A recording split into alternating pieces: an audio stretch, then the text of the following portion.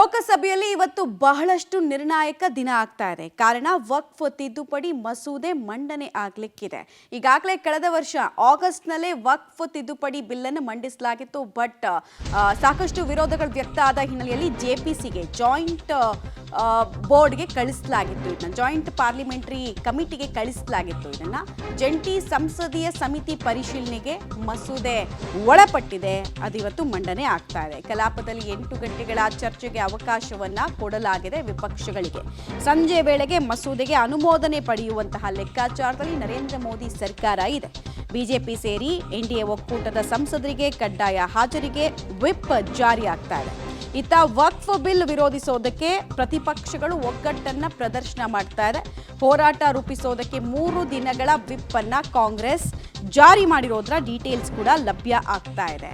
ಏನೇ ತಿಪ್ಪರ್ಲಾಗ ಹಾಕಿದ್ರು ವಿಪಕ್ಷಗಳ ಹತ್ರ ನಂಬರ್ಸ್ ಇಲ್ಲ. ಅನ್ಲೆಸ್ ಅಂಡ್ ಅಂಟಿಲ್ ಎನ್ಡಿಎಗೆ ತನ್ನ ಮಿತ್ರ ಪಕ್ಷಗಳು ಕೈ ಕೊಡೋ ತನಕ 12 ಗಂಟೆ ತನಕ ಚರ್ಚೆ ಆಗಬೇಕಿದ್ದು. 8 ಗಂಟೆಯಲ್ಲಿ ಚರ್ಚೆ ಆಗಿ ಉತ್ತರ ಸಿಗೋದಲ್ಲ ಅಂತೆಲ್ಲ ಕೇಳಿದ್ರು.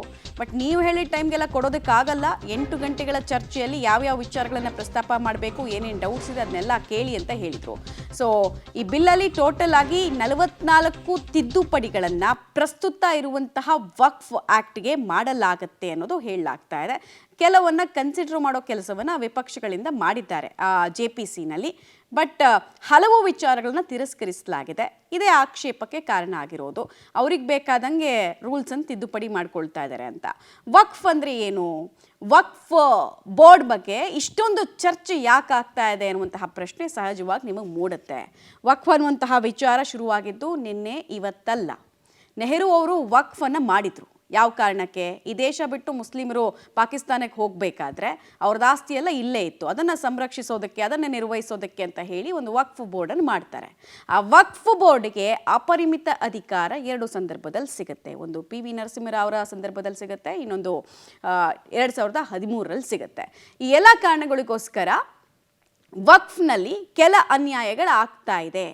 ಮತ್ತು ಕೆಲ ಸಮುದಾಯಗಳು, ಯಾವುದೇ ಮತ ಅಂತ ಬರೋದಿಲ್ಲ, ಇಲ್ಲಿ ಜಾತಿ ಅಂತ ಬರೋದಿಲ್ಲ, ಬಟ್ ಕೆಲವರಿಗೆ ಈ ಅಪರಿಮಿತ ಅಧಿಕಾರದಿಂದ ತೊಡಕಾಗಿದೆ. ಮತ್ತು ವಕ್ಫ್ನ ಆಸ್ತಿ ಕಳೆದ 60-70 ವರ್ಷದಲ್ಲಿ ಜಾಸ್ತಿ ಆಗಿದ್ದು ಕೂಡ ಇದಕ್ಕೆಲ್ಲ ಸಾಕ್ಷಿ ಅನ್ನೋ ರೀತಿಯಲ್ಲಿ ಇದೆ. ಇಂಡಿಯನ್ ಆರ್ಮಿ, ರೈಲ್ವೇಸ್ ಬಿಟ್ಟರೆ ಹೈಯೆಸ್ಟ್ ಆಸ್ತಿ ಯಾರ ಹತ್ರ ಇದೆ ಅಂತ ಕೇಳಿದ್ರೆ ಇದೇ ವಕ್ಫ್ ಬೋರ್ಡ್ ಹತ್ರ ಇದೆ. ಇದು ಹೆಂಗೆ ಬಂತು ಅನ್ನೋದು ಒಂದು ಪ್ರಶ್ನೆ. 9,40,000 ಎಕರೆ ಆಸ್ತಿ ಇದೆ. ಹೆಂಗೆ ಬಂತು, ಎಲ್ಲಿಂದ ಬಂತು ಅನ್ನೋ ಪ್ರಶ್ನೆಗೆ ನಾವು ಉತ್ತರ ಕೊಡೋದಾದ್ರೆ ಅದು ಎಲ್ಲಿಂದ ಎಲ್ಲಿಗೋ ಹೋಗ್ಬಿಡುತ್ತೆ. ಲೋಕಸಭೆಯಲ್ಲಿ ಸದ್ಯಕ್ಕೆ ವಕ್ಫ್ ತಿದ್ದುಪಡಿ ವಿಚಾರಕ್ಕೆ ಸಂಬಂಧಪಟ್ಟಂತೆ ನಾವು ಮಾಹಿತಿಯನ್ನು ಕೊಡ್ತಾ ಇದ್ವಿ ನಿಮಗೆ. ಈಗ ನಂಬರ್ ಗೇಮ್ನ ನೋಡ್ಬಿಡೋಣ. ಲೋಕಸಭೆ ಸದಸ್ಯರ ಬಲ 543 ಇದೆ. ಬಟ್ ಆ್ಯಕ್ಚುಲಿ ಈಗ ಪ್ರೆಸೆಂಟ್ ಇರೋದು 542. ಯಾಕಂದರೆ TMC ಒಬ್ಬರು ಸಂಸದರು ಸಾವನ್ನಪ್ಪಿದ್ದಾರೆ ವೆಸ್ಟ್ ಬೆಂಗಾಲ್ನಲ್ಲಿ. ಹೀಗಾಗಿ ಅದು 542 ಆಗುತ್ತೆ. ನಿಮಗೆ ಅದು ಸಂಜೆ ಅಷ್ಟೊತ್ತಿಗೆ ನಂಬರ್ಸ್ ಗೊತ್ತಾಗುತ್ತೆ.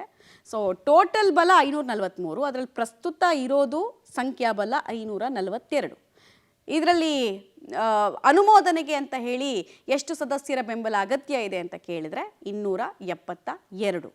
ಈ ನಂಬರನ್ನು ನೋಡಿದಾಗ NDA ಹತ್ರ ಸುಲಭವಾಗಿ ಆ ನಂಬರ್ಸ್ ಇದೆ, ಅದಕ್ಕಿಂತ ಜಾಸ್ತಿನೇ ಇದೆ, ಅದನ್ನು ಹೇಳ್ತೀವಿ.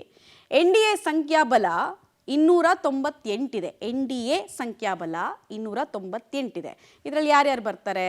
NDAನಲ್ಲಿ BJP ಬರುತ್ತೆ, JDU ಬರುತ್ತೆ, TDP ಬರುತ್ತೆ, ಶಿಂದೆ ಶಿವಸೇನೆ ಬಣ ಕೂಡ ಬರುತ್ತೆ. ಇಂಡಿಯಾ ಒಕ್ಕೂಟದ ಸಂಖ್ಯಾಬಲ ಎಷ್ಟಿದೆ ಅಂತ ಕೇಳಿದರೆ 233. ಅವರಿಗೆ ಯಾರೋ ಒಬ್ಬರು, ಈಗ TDPನೋ ಅಥವಾ JDU ಅವ್ರಿಗೆ ಕೈ ಕೊಟ್ಟು ಇವ್ರ ಜೊತೆಗೆ ಕೈ ಜೋಡಿಸಿದ್ರು ಕೂಡ ಮೆಜಾರಿಟಿಗೆ ಇವ್ರು ಬರೋದಕ್ಕಾಗಲ್ಲ. ತಟಸ್ಥ ಸಂಸದರು 11 ಜನ ಇದ್ದಾರೆ. ತಟಸ್ಥ ಸಂಸದರು ಅನ್ನೋದಕ್ಕಿಂತ ಹೆಚ್ಚಾಗಿ ಇಂಡಿಪೆಂಡೆಂಟ್ ಆಗಿ, ಅಂದರೆ ಈ 11 ನಂಬರ್ನಲ್ಲಿ ನಮಗೆ ಒಡಿಶಾದ BJD ಪಕ್ಷ ಕಾಣಿಸುತ್ತೆ, ನಮಗೆ ಕೆಲ ಸಣ್ಣ ಪುಟ್ಟ ಪಕ್ಷಗಳಿಂದ ಆಯ್ಕೆ ಆಗಿರುವಂತಹ MP ಗಳು ಕಾಣಿಸ್ತಾರೆ. ಸೊ ಅವ್ರು ಇಲ್ಲಿ ತನಕ ಏನು ಡಿಸಿಷನ್ಗೆ ಬರಬಹುದು ಅನ್ನುವಂಥ ಅಂದಾಜು ನಮಗೆ ಸಿಕ್ಕಿದೆ ಆಲ್ರೆಡಿ. ಸಂಜೆ ಅಷ್ಟೊತ್ತಿಗೆ ನಮ್ಗೆ ಅದು ಗೊತ್ತಾಗುತ್ತೆ, ಇನ್ನೂ ಕನ್ಫರ್ಮ್ ಆಗುತ್ತೆ. ಸೊ NDAನಲ್ಲಿ ಯಾರ್ಯಾರಿದ್ದಾರೆ ಮಿತ್ರಕೂಟದಲ್ಲಿ ಅನ್ನೋದನ್ನ ಈಗ ನಾವು ನಿಮಗೆ ಬ್ರೇಕ್ ಡೌನ್ ಮಾಡಿದ್ದೀವಿ. BJP ಹತ್ರ ಟೋಟಲ್ ಆಗಿ 240 ಸಂಸದರ ಬಲ ಇದೆ. TDP ಚಂದ್ರಬಾಬು ನಾಯ್ಡು ಅವರ ಪಕ್ಷದಿಂದ 16 ಸಂಸದರು ಆಯ್ಕೆಯಾಗಿದ್ದಾರೆ. ಇಲ್ಲಿ ತನಕ ಬಿಜೆಪಿಯ ಸಖ್ಯದ ಜೊತೆಗೆ ಇದ್ದಾರೆ. ಬಿಲ್ ಬಗ್ಗೆ ಅತಿರೇಕದ ನೋ ಅನ್ನುವಂತಹ ವಿಚಾರಗಳನ್ನು ಹೇಳಿಲ್ಲ. JDU 12, ನಿತೀಶ್ ಕುಮಾರ್ ಇದರಲ್ಲ ಬಿಹಾರದ CM, ಸೊ ಅವರ ಪಾರ್ಟಿಯಿಂದ 12 ಜನ ಆಯ್ಕೆಯಾಗಿದ್ದಾರೆ. ಅವರು ಕೂಡ ಬಿಲ್ ಪರ ಸದ್ಯಕ್ಕೆ ಇದ್ದಾರೆ. ಶಿಂದೆ ಶಿವಸೇನೆಯಿಂದ 7 ಜನ, ನಾನು ಆಗಲೇ ಹೇಳಿದ್ನಲ್ಲ ಯಾರ್ಯಾರು ಇದ್ದಾರೆ ಅಂತ. LJP 5 ಜನ ಸಂಸದರಿದ್ದಾರೆ. ಅಪ್ನಾದಳ್ ಒಬ್ಬರು ಸಂಸದರು ಇರುವಂತಹ ಪಾರ್ಟಿ. ಸೊ ಇವರು ಕೂಡ ವಕ್ಫ್ ಬಿಲ್ ಪರವಾಗಿ ಇವತ್ತು ವೋಟ್ ಮಾಡೋದ್ರಲ್ಲಿ ಯಾವುದೇ ಅನುಮಾನಗಳಿಲ್ಲ. ರಾಮ್ ವಿಲಾಸ್ ಪಾಸ್ವಾನ್ ಅವರ ಪಕ್ಷ LJP ಅವರಿಂದ ಕೂಡ ಸಪೋರ್ಟ್ ಇದೆ. ಆಮೇಲೆ ವಕ್ಫ್ ಬಿಲ್ನ ವಿರುದ್ಧ ಇರೋರು ಯಾರು? ಆಬ್ವಿಯಸ್ಲಿ ಕಾಂಗ್ರೆಸ್ನಿಂದ 99 ಸಂಸದರಿದ್ದಾರೆ. ಸಮಾಜವಾದಿ ಪಾರ್ಟಿಯಿಂದ 37 ಸಂಸದರು ಕೂಡ ನಾವು ಇದಕ್ಕೆ ಒಪ್ಪಲ್ಲ ಅಂತ ದೊಡ್ಡ ದೊಡ್ಡ ಹಂಗಾಮಗಳನ್ನು ಲಾಸ್ಟ್ ಟೈಮ್ ಮಾಡಿದ್ದನ್ನು ನಾವು ಗಮನಿಸಿದ್ವಿ. TMCನವರೆಲ್ಲ ಅತಿರೇಕಕ್ಕೆ ಹೋಗ್ಬಿಟ್ಟಿದ್ದನ್ನು ಕೂಡ ನಾವು ನೋಡಿದ್ವಿ. 29 ಸಂಸದರು ಬಿಲ್ನ ವಿರುದ್ಧವಾಗಿದ್ದಾರೆ. DMK MK ಸ್ಟಾಲಿನ್ ಅವರ ಪಾರ್ಟಿ ಇದೆಯಲ್ಲ, ಅವರಿಂದ 22 ಸಂಸದರು ಆಯ್ಕೆಯಾಗಿದ್ದಾರೆ. ಅವರು ಕೂಡ ವಕ್ಫ್ ಬಿಲ್ನ ವಿರುದ್ಧ ಹೋರಾಟಗಳನ್ನು ಮಾಡೋ ಎಚ್ಚರಿಕೆಯನ್ನು ಕೊಟ್ಟಿದ್ದಾರೆ. MIM OIC ಅವರ ಪಾರ್ಟಿ ಆಯ್ಕೆಯಾಗಿರೋದು ಅಥವಾ ಇರೋದು ಒಬ್ಬರು ಸಂಸದರು. NCP ಇದು ಶರದ್ ಪವಾರ್ ಅವರ ಬಣ. ಇದರಲ್ಲಿ ಟೋಟಲ್ ಆಗಿ 8 ಜನ ಈ ವಕ್ಫ್ ಬಿಲ್ಗೆ ಸಂಬಂಧಪಟ್ಟಂತೆ ವಿರೋಧವನ್ನು ವ್ಯಕ್ತಪಡಿಸ್ತಾ ಇರೋದು. ಸೊ ನಂಬರ್ಸ್ ಬ್ರೇಕ್ ಡೌನ್ ಮಾಡಿದಾಗ ಇಲ್ಲಿ ಕಾಂಗ್ರೆಸ್ ಬಿಗ್ ಬ್ರದರ್ನ ಪಾತ್ರವನ್ನು ವಹಿಸ್ತಾ ಇದೆ.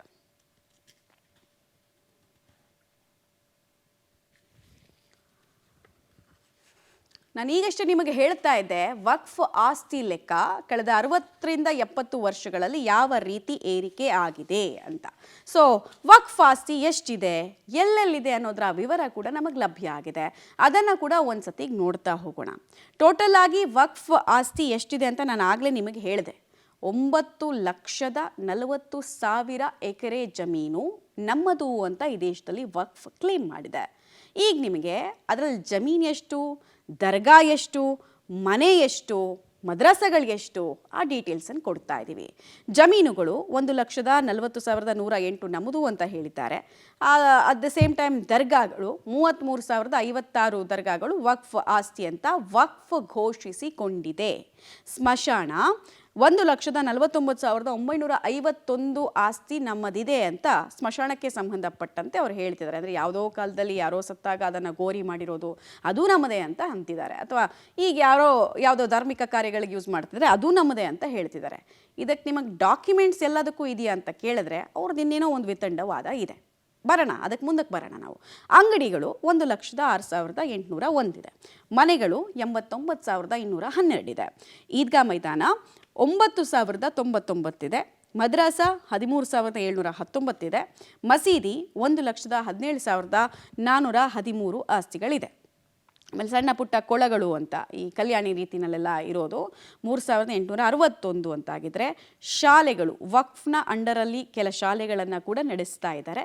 ಇದು 2,042. ಇದನ್ನೆಲ್ಲ ನಾವು ಲೆಕ್ಕ ಹಾಕಿ ಆ್ಯಡ್ ಮಾಡಿಬಿಟ್ರೆ 9,40,000 ಎಕರೆಯಷ್ಟು ಜಾಗ ನಮ್ಮದ್ದು ಅಂತ ಅವ್ರು ಹೇಳ್ತಾ ಇದ್ದಾರೆ. ಇದರಲ್ಲಿ ಎಷ್ಟಕ್ಕೆ ಡಾಕ್ಯುಮೆಂಟ್ ಇದೆ ಅಂತ ನೀವು ಕೇಳಕ್ಕೆ ಹೋಗಬೇಡಿ. ನೆಕ್ಸ್ಟು ವಕ್ಫ್ ಬಿಲ್ನ ಡಿಫ್ರೆನ್ಸು ಅಂದರೆ 95ರಲ್ಲಿ ನಾನು ಆಗಲೇ ಹೇಳ್ತಾ ಇದ್ದೆ, PV ನರಸಿಂಹರಾಯರು ಮೇಜರ್ ಚೇಂಜಸನ್ನು ತಂದರು ಅಂತ. ಸೊ ಆ ಬಿಲ್ಗೂ ಈಗ ಪ್ರಸ್ತುತ ಮಂಡನೆ ಆಗೋದಕ್ಕೆ ರೆಡಿಯಾಗಿರುವಂತಹ ಬಿಲ್ಗೂ ಇರುವಂತಹ ವ್ಯತ್ಯಾಸ ಏನು ಅನ್ನೋದರ ಡೀಟೇಲ್ಸ್ ಈಗ ಬರ್ತಾ ಇದೆ. ಹಿಂದಿನ ಕಾನೂನು ಏನು ಹೇಳ್ತಾ ಇತ್ತು, ಸರ್ವೆಯನ್ನು ರಾಜ್ಯ ಸರ್ಕಾರ ನೇಮಿಸಿದ ಸರ್ವೆ ಆಯುಕ್ತರು ನಡೆಸ್ಕೊಂಡು ಹೋಗ್ತಾ ಇದ್ರು. ಎಲ್ಲಿ ವಕ್ಫ್ ಅಂತ ಹೇಳಿ ಸಪ್ರೇಟ್ ಬೋರ್ಡನ್ನು ಮಾಡಿ ಅಲ್ಲಿ ನಿಮ್ಮ ಆಸ್ತಿಯನ್ನು ನೀವು ಸರ್ವೆ ಮಾಡೋದಕ್ಕೆ ನಾವೇ ದುಡ್ಡು ಕೊಡ್ತೀವಿ ಅಂತ ನಮ್ಮ ಸರ್ಕಾರನೇ ಸಂಬಳ ಕೊಟ್ಟು ಅವ್ರ ಆಸ್ತಿನೇ ನೋಡ್ಕೊಳ್ಳೋ ಜವಾಬ್ದಾರಿಯನ್ನು ಕೊಟ್ಟಿದ್ರು ಹಿಂದಿನ ಸರ್ಕಾರ. ಆಯಿತಾ. ಆಮೇಲೆ ಇದರಲ್ಲಿ ಸರ್ಕಾರದ ನೇರ ಹಸ್ತಕ್ಷೇಪ ಕಡಿಮೆ ಇತ್ತು. ಹೊಸ ತಿದ್ದುಪಡಿ ಏನು ಹೇಳುತ್ತೆ ಅಂದರೆ, ಸರ್ವೆಗಳನ್ನು DCಗಳಿಗೆ ವರ್ಗಾಯಿಸಲಾಗಿದೆ. ಅಂದರೆ ಡಿಸ್ಟ್ರಿಕ್ಟ್ ಕಲೆಕ್ಟರ್ ಇರ್ತಾರಲ್ವಾ, ಡಿಸ್ಟ್ರಿಕ್ಟ್ ಮ್ಯಾಜಿಸ್ಟ್ರೇಟ್ ಇರ್ತಾರಲ್ವಾ, ಅವ್ರಿಗೆ ವರ್ಗಾಯಿಸಲಾಗಿದೆ. DCಗಳ ಮೇಲ್ವಿಚಾರಣೆಯಲ್ಲಿ ರಾಜ್ಯದ ಕಂದಾಯ ಕಾನೂನುಗಳಿಗೆ ಅನುಗುಣವಾಗಿ ಸರ್ವೆ ನಡೆಯಲಿದೆ. ಇದರಿಂದ ಸರ್ಕಾರಕ್ಕೆ ವಕ್ಫ್ ಆಸ್ತಿಗಳ ಮೇಲಿನ ನಿಯಂತ್ರಣ ಹೆಚ್ಚಾಗುತ್ತೆ. ಅಂದರೆ ಸರ್ಕಾರಕ್ಕೆ ಇಲ್ಲೊಂದು ಅಪ್ಪರ್ ಹ್ಯಾಂಡ್ ಸಿಗುತ್ತೆ ಅನ್ನುವಂಥ ವಿಚಾರ. ನೆಕ್ಸ್ಟು ವಕ್ಫ್ ಘೋಷಣೆಗೆ ಷರತ್ತುಗಳು ಹಿಂದಿನ ಸರ್ಕಾರದಲ್ಲಿ ಏನಿತ್ತು, ಹಿಂದಿನ ಟೈಮ್ನಲ್ಲಿ ಏನಿತ್ತು ಅನ್ನೋದಕ್ಕೆ ಡೀಟೇಲ್ಸು. ವಕ್ಫ್ ಘೋಷಿಸೋಕೆ ಯಾವುದೇ ನಿರ್ದಿಷ್ಟ ಅವಧಿಯ ಷರತ್ತು ಇರಲಿಲ್ಲ. ಯಾರಾದರೂ ಮುಸ್ಲಿಂ ವ್ಯಕ್ತಿ ತಮ್ಮ ಆಸ್ತಿಯನ್ನು ವಕ್ಫ್ ಅಂತ ಘೋಷಿಸಿ ಬಿಡಬಹುದಿತ್ತು.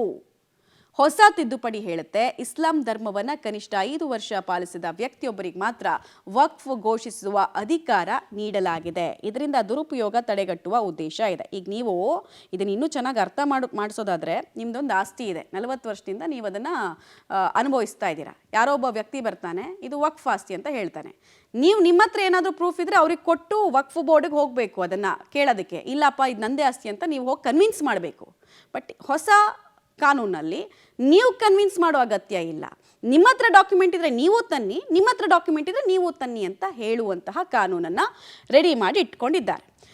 ನೆಕ್ಸ್ಟು ವಕ್ಫ್ ಘೋಷಣೆಗೆ ಸಂಬಂಧಪಟ್ಟಂತೆ ಷರತ್ತು ನಾನು ಹೇಳಿದೆ ನಿಮಗೆ. ಮಹಿಳೆಯರಿಗೆ ಆಸ್ತಿ ಹಕ್ಕಿಗೆ ಸಂಬಂಧಪಟ್ಟಂತೆ ಡೀಟೇಲ್ಸ್ ಕೊಡ್ತೀನಿ. ಈಗ ಮಹಿಳೆಯರಿಗೆ ಹಕ್ಕುಗಳನ್ನು ಸ್ಪಷ್ಟವಾಗಿ ಖಾತ್ರಿಪಡಿಸುವಂತಹ ನಿರ್ದಿಷ್ಟ ಉಲ್ಲೇಖ ಇರಲಿಲ್ಲ. ಇನ್ಫ್ಯಾಕ್ಟ್ ಟ್ರಿಬ್ಯುನಲ್ನಲ್ಲೂ ಮಹಿಳೆಯರಿಗೆ ಅವಕಾಶ ಇರಲಿಲ್ಲ. ಹೊಸ ತಿದ್ದುಪಡಿಯಲ್ಲಿ ಮಹಿಳೆಯರಿಗೆ ಸಮಾನ ಹಕ್ಕುಗಳನ್ನು ಖಾತ್ರಿಪಡಿಸುವ ನಿಬಂಧನೆಯನ್ನು ಸೇರಿಸಲಾಗಿದೆ. ಇದು ಲಿಂಗ ಸಮಾನತೆಯತ್ತ ಒಂದು ಹೆಜ್ಜೆ ಅಂತ ಪರಿಗಣಿಸಲಾಗಿದೆ. ಇದು ತುಂಬ ಕ್ರೂಷಿಯಲ್ ಆಗಿರುವಂತಹ ವಿಚಾರ. ಅಪಸ್ವರ ಎದ್ದಿದೆಯಲ್ಲ ಈಗ ಕೆಲ ಮೌಲ್ವಿಗಳದ್ದು, ಸೊ ಅವ್ರದ್ದೆಲ್ಲ ಅಪಸ್ವರದ ಭಾಗ ಇದು ಕೂಡ ಒಂದು. ನೆಕ್ಸ್ಟು ವಕ್ಫ್ ಮಂಡಳಿಯ ರಚನೆ ಹಿಂದೆಂಗಾಗಿತ್ತು, ಮುಂದೆಂಗಾಗಬೇಕು ಅನ್ನೋದಕ್ಕೆ ಡೀಟೇಲ್ಸನ್ನು ಕೂಡ ನಾವು ಕೊಡ್ತೀವಿ. ಹಿಂದಿನ ಕಾನೂನು ವಕ್ಫ್ ಮಂಡಳಿ ರಚನೆಗೆ ಸಂಬಂಧಪಟ್ಟಂತೆ ಹೆಂಗಿತ್ತು ಅಂದರೆ, ಕೇಂದ್ರ ರಾಜ್ಯ ವಕ್ಫ್ ಮಂಡಳಿಗಳಲ್ಲಿ ಮಹಿಳೆಯರು ಅಥವಾ ಮುಸ್ಲಿಮೇತರ ಸದಸ್ಯರನ್ನು ಸೇರಿಸುವಂತಹ ಕಡ್ಡಾಯ ನಿಯಮ ಇರಲಿಲ್ಲ, ಪ್ರಾತಿನಿಧ್ಯ ಇರಲಿಲ್ಲ. ಹೊಸ ತಿದ್ದುಪಡಿ ಹೇಳುತ್ತೆ ಕೇಂದ್ರದ ವಕ್ಫ್ ಮಂಡಳಿಯಲ್ಲಿ ಕನಿಷ್ಠ 2 ಮಹಿಳೆಯರು 2 ಮುಸ್ಲಿಮೇತರ ಸದಸ್ಯರನ್ನು ನೇಮಿಸುವುದು ಕಡ್ಡಾಯ. ಇದೇ ರೀತಿ ರಾಜ್ಯ ವಕ್ಫ್ ಮಂಡಳಿಗಳಲ್ಲೂ ಕೂಡ ಈ ಬದಲಾವಣೆಯನ್ನು ತರಲಾಗಿದೆ. ವಕ್ಫ್ ಮಂಡಳಿ ರಚನೆಯ ಸ್ವರೂಪ ಕೂಡ ಈ ಮೂಲಕ ಟ್ರಾನ್ಸ್ಪರೆನ್ಸಿಯಿಂದ ಕೂಡಿರಬೇಕು. ಕೇವಲ ಶರಿಯಾವನ್ನು ಒಪ್ಪಿರುವಂತಹ ಮೌಲ್ವಿಗಳು ಮತ್ತು ಡಿಸ್ಟ್ರಿಕ್ಟ್ ಜಡ್ಜ್ ನೇತೃತ್ವದಲ್ಲಿ ಇದಾಗೋದಲ್ಲ, ಈ ರೀತಿ ಒಂದು ಸ್ವರೂಪ ಇರಬೇಕು ಅಂತ ಹೇಳಲಾಗಿದೆ. ಲೆಕ್ಕ ಪರಿಶೋಧನೆ ಹೆಂಗೆ? ಈಗ ತುಂಬ ಜನಕ್ಕೆ ಇದನ್ನು ನಾನು ಮುಂದಕ್ಕೆ ಹೇಳ್ತೀನಿ ನಿಮಗೆ, ಫಸ್ಟು ಓದ್ಬಿಡ್ತೀನಿ ಅದರಲ್ಲಿ ಏನಿದೆ ಅಂತ. ಹಿಂದಿನ ಕಾನೂನು ವಕ್ಫ್ ಮಂಡಳಿಗಳ ಖಾತೆಗಳ ಲೆಕ್ಕ ಪರಿಶೋಧನೆಯನ್ನು ಮಂಡಳಿಯೇ ನೇಮಿಸಿದ್ದ ಲೆಕ್ಕ ಪರಿಶೋಧಕರು ಮಾಡ್ತಾ ಇದ್ರು. CA ಚಾರ್ಟೆಡ್ ಅಕೌಂಟೆಂಟ್ ಇರ್ತಿದ್ರಲ್ಲ, ಅವರವರೇ ನೋಡಿಕೊಂಡು ಅವರವರೇ ಇದು ಸರಿ ಇದೆ ಇದು ಸರಿ ಇಲ್ಲ ಅಂತ ಹೇಳಿ ವ್ಯವಹಾರಗಳನ್ನು ಮಾಡ್ಕೊಂಡು ಬಿಡ್ತಾ ಇದ್ರು. ರಾಜ್ಯ ಸರ್ಕಾರಕ್ಕೂ ಆಡಿಟ್ ಮಾಡುವಂತಹ ಅವಕಾಶ ಹಿಂದಿನ ಸರ್ಕಾರದಲ್ಲಿ ಇತ್ತು. ಅಂದರೆ ಬಯಸಿದ್ರೆ ಇಂಟರ್ಫಿಯರ್ ಆಗೋದಕ್ಕೆ ಅವಕಾಶ ಇತ್ತು. ಹೊಸ ತಿದ್ದುಪಡಿ ಹೇಳುತ್ತೆ ರಾಜ್ಯ ಸರ್ಕಾರವು ರಚಿಸುವ ಲೆಕ್ಕ ಪರಿಶೋಧಕರ ಸಮಿತಿಯೇ ಆಡಿಟನ್ನು ಮಾಡಬೇಕು. ಇದರಿಂದ ಸರ್ಕಾರದ ಮೇಲ್ವಿಚಾರಣೆ ಹೆಚ್ಚಾಗಲಿದೆ. ಇದರಲ್ಲಿ ತಪ್ಪೇನು? ಈಗ ರಾಜ್ಯ ಸರ್ಕಾರ ಸಂಬಳ ಕೊಟ್ಟು ಅಧಿಕಾರಿಯನ್ನು ನೇಮಿಸ್ಬೇಕಂತೆ. ಆಮೇಲೆ ಇಡೀ ವಕ್ಫ್ ಬೋರ್ಡ್ನಲ್ಲಿ ಯಾರ್ಯಾರು ಮೇಲ್ ಹುದ್ದೆಯಲ್ಲಿ ಇರ್ತಾರೆ ಅವ್ರಿಗೆ ಸರ್ಕಾರದಿಂದ ಸಂಬಳ ಬೇಕಂತೆ. ಬಟ್ ಸರ್ಕಾರದ ಇಂಟರ್ಫರೆನ್ಸ್ ಬೇಡ ಅಂತ ಹಿಂದೆ ಹೇಳ್ತಾ ಇದ್ರು. ಮತ್ತು ಈ ಲೆಕ್ಕ ಪರಿಶೋಧನೆ ಅನ್ನೋದು ಇದರಲ್ಲಿ ಎಷ್ಟು ಇಂಪಾರ್ಟೆಂಟ್ ಅಂತ ಅಂದರೆ ತುಂಬ ಸ್ಕ್ಯಾಮ್ಸ್ ಆಗೋಗಿದೆ. ಯಾರ್ಯಾರಿಗೆ ಬೇಕೋ ಅವ್ರವ್ರಿಗೆ ಆ ಜಮೀನೆಲ್ಲ ಮಾರ್ಕೊಂಡಿರೋದು, ಒಳಗೊಳಗೆ ನುಂಗಿರೋದು, ಅದನ್ನೆಲ್ಲ ಇಲ್ಲಿ ಮೂಗ್ದಾರ ಹಾಕೋ ಕೆಲಸ ಆಗುತ್ತೆ. ಆಸ್ತಿ ನೋಂದಣಿ ಮತ್ತು ಪಾರದರ್ಶಕತೆಗೆ ಸಂಬಂಧಪಟ್ಟಂತೆ ಹಿಂದಿನ ಕಾನೂನು ಇದ್ದಿದ್ದು ವಕ್ಫ್ ಆಸ್ತಿಗಳ ನೋಂದಣಿ ಮತ್ತು ವಿವರಗಳ ಸಲ್ಲಿಕೆಗೆ ಕಡ್ಡಾಯ ಸಮಯ ಮಿತಿ ಇರ್ತಾ ಇರಲಿಲ್ಲ. ಬಟ್ ಹೊಸ ತಿದ್ದುಪಡಿಯಲ್ಲಿ ಎಲ್ಲ ವಕ್ಫ್ ಆಸ್ತಿಗಳನ್ನು ಕಾಯ್ದೆಯಡಿ ನೋಂದಾಯಿಸುವುದು ಕಡ್ಡಾಯ ಹಾಗೂ 6 ತಿಂಗಳ ಒಳಗೆ ವಿವರವನ್ನು ಸಲ್ಲಿಸಬೇಕು. ಪ್ರತಿ 5 ವರ್ಷಕ್ಕೊಮ್ಮೆ ಸರ್ವೆಯನ್ನು ನಡೆಸಬೇಕು. ತುಂಬ ಇಂಪಾರ್ಟೆಂಟ್ ಆಗಿರುವಂತಹ ಮತ್ತೊಂದು ತಿದ್ದುಪಡಿ ಇದು. ಯಾವಾಗಂದ್ರೆ ಆವಾಗ ಕಾಲಮ್ ನಂಬರ್ 11ನಲ್ಲಿ ಇದು ವಕ್ಫ್ ಆಸ್ತಿ ಅಂತ ಘೋಷಿಸ್ಬಿಡೋದಕ್ಕೆ ಇವ್ರಿಗೆ ಅವಕಾಶ ಇರ್ತಾ ಇತ್ತು. ಅವ್ರಿಗೆ ಅನ್ಸಿದ್ರೆ, ಅಂದರೆ if Waqf has an reason to believe ಅದು ಅವ್ರದ್ದು ಅನ್ನೋ ಥರ ಆಗ್ಬಿಡ್ತಾ ಇತ್ತು. ಆಮೇಲೆ ಪಾಪ ಯಾರೋ ಬಡ ರೈತರು ಹೋಗ್ಬಿಟ್ಟು ಜಗ್ಗಾಡಬೇಕಾಗಿತ್ತು ಟ್ರಿಬ್ಯುನಲ್ನಲ್ಲಿ. ಅದಕ್ಕೆಲ್ಲ ಅವಕಾಶ ಇಲ್ಲಿಲ್ಲ ಈಗ.